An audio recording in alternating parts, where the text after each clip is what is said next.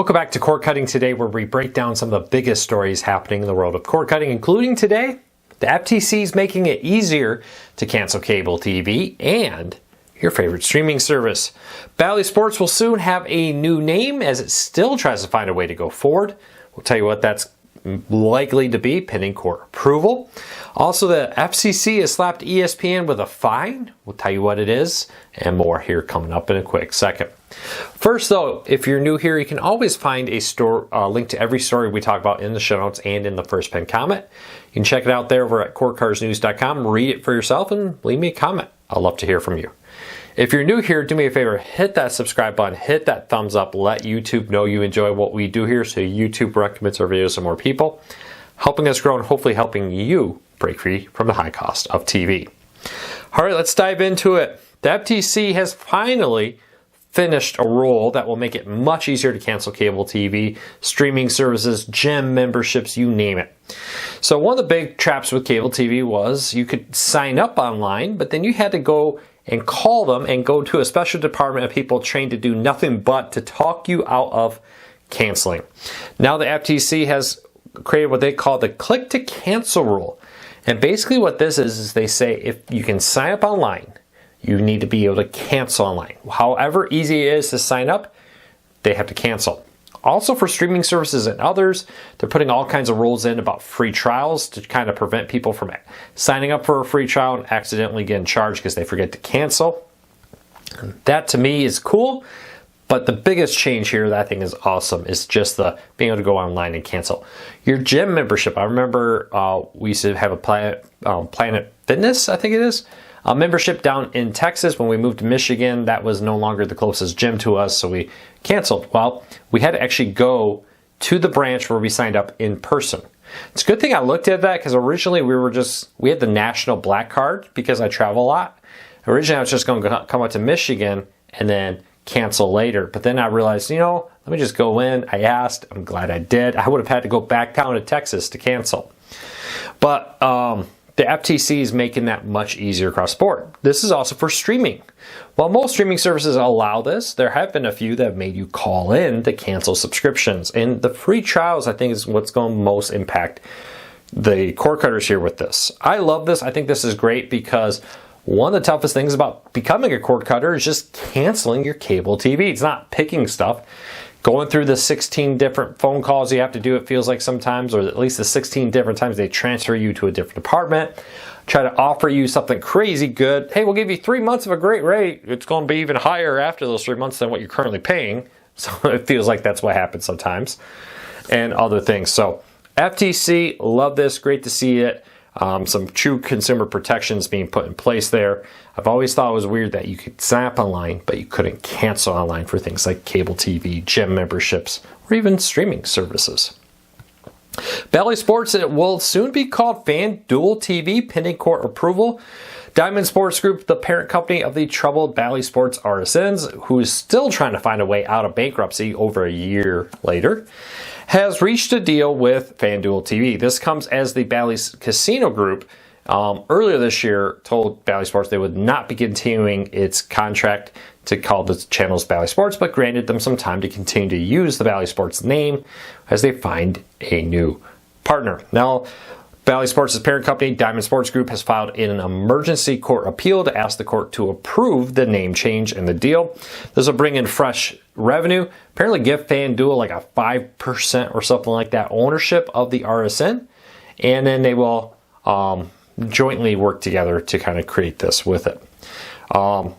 Actually, with the potential also, FanDuel will get 5% now, from my understanding, and have the potential to go up to 10%. They could buy additional shares in the future. It's not unusual with these kind of deals. If FanDuel says, hey, this is going well, we like where this is going, we're going to buy more shares with it. For Diamond Sports Group, this is some badly needed cash. They're selling them the rights name. While the exact terms of the deal have not been announced, the naming rights deal will bring in some significant cash. The question is it all at once? It's probably maybe an upfront payment and then yearly payment, or whatever the quarterly, whatever the terms of this are. I'm still unsure about the future of Bally Sports. They're losing a ton of Major League Baseball. Next summer, very few of their channels will offer any sports live. That's pretty tough. That's several months where you're just doing nothing. Will the NBA and NHL really stick with them if things don't turn around? I don't know. We'll have to wait and see. It would not take much for one or two more cable providers to drop them to put them in real trouble. So we'll keep a close eye on this, but Bally Sports, soon to be called FanDuel TV. Let me know what you think of the name. Do you like it? Leave me a comment. Expect to see a lot of advertisements for FanDuel betting. All right, the FCC has slapped ESPN with a $146,000 and change, almost $147,000 fine for misuse of the emergency alert system tone it used in a broadcast. One interesting thing here, I would love to know the math. I'm sure it's somewhere I didn't see it, but it's a $146,976 fine. Why not round that up or down? I don't know. Somebody leave me a comment. Why did it come up to that exact amount? This is for 6 violations of the EAS rules, which is the emergency alert system tone, which apparently, according to the FCC, you're only allowed to use that tone during testing and actual emergencies. They don't want people to become desensitized to that alert. They want you, when you hear that, to be like, wow, something must be real. Because if you hear it all the time, if it's in music and it's just in the promo for a TV show, people are likely to tune that out. So actually, I think that's a good idea.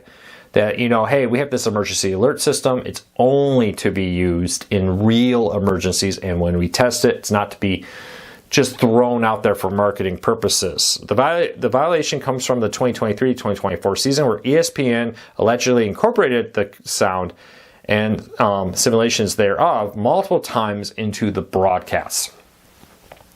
This could be a lot worse for ESPN. 146,000 is nothing to sneeze at, but for ESPN and Disney, it's pretty good. Now, ESPN is struggling, like all, to deal with weak ad market, but they're still doing pretty well. So it's interesting to see them make this change. But let me know, have you seen this? And what do you think of the rule that you can't just throw this into promos like that?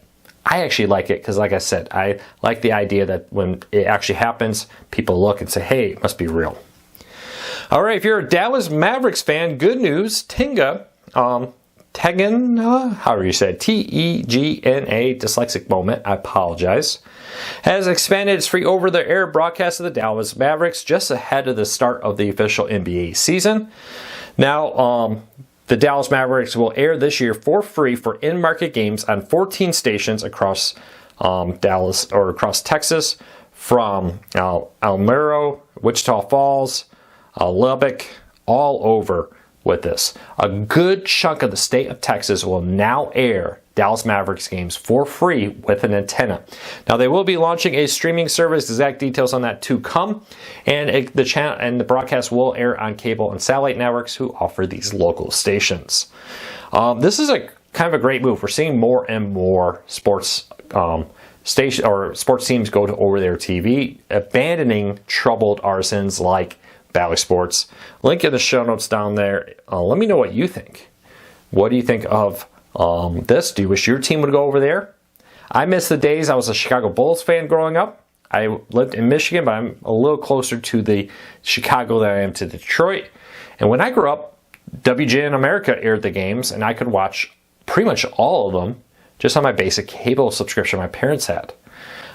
In today's world, I probably would not have been a Chicago Bulls fan.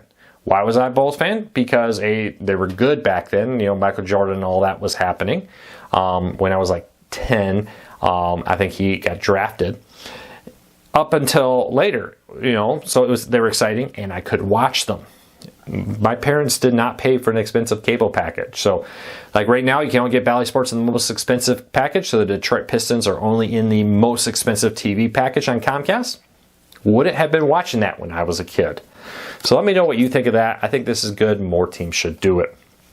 All right. Speaking of packages, Dish Network has added a new TV subscription offer to try to attract people, or more likely keep people, with Dish TV. With this, Dish Network TV subscribers will now get free Netflix with this, and it's the ad-free standard version. So you're not getting the ad-supported version, you get ad-free Netflix for free from Dish.